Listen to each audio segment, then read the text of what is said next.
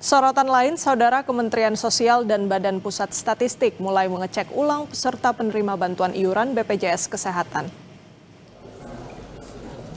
Menteri Sosial menyebut ada 2 tahapan yang bisa dilakukan untuk pemutahiran data. Jalur pertama merupakan jalur formal secara bertahap dari RT/RW dan seterusnya. Sementara jalur kedua bisa melalui partisipasi masyarakat melalui beberapa aplikasi yang ada.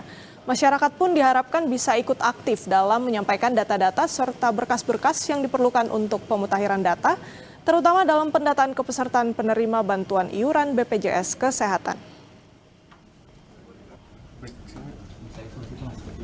Pertama adalah jalur formal, mulai dari RT, RW, kepala desa atau musyawarah desa, kelurahan, naik ke Dinsos sampai nanti ke DTSen, diolah oleh BPS. Ini penting dengan aplikasi namanya SIG-NG, Sistem Informasi Kesejahteraan Sosial Next Generation. Kedua, jalur partisipasi. Kami sudah berdiskusi dengan Pak Menko berulang-ulang. Kita beri kesempatan masyarakat untuk berpartisipasi ikut pemutakhiran lewat aplikasi Cek Bansos.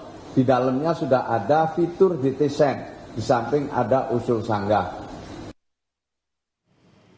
Kepala Badan Pusat Statistik menyebut proses pengecekan ulang penerima bantuan iuran BPJS Kesehatan dimulai hari ini, 19 Februari 2026.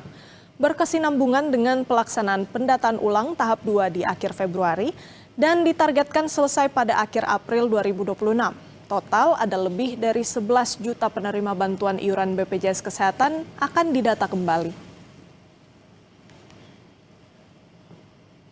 Ini adalah pencanangan pelaksanaan ground check untuk peserta PBI yang sempat dinonaktifkan. Dan ground check tahap pertama ini akan dilakukan kepada 106.153 individu atau kira-kira 104.000 keluarga.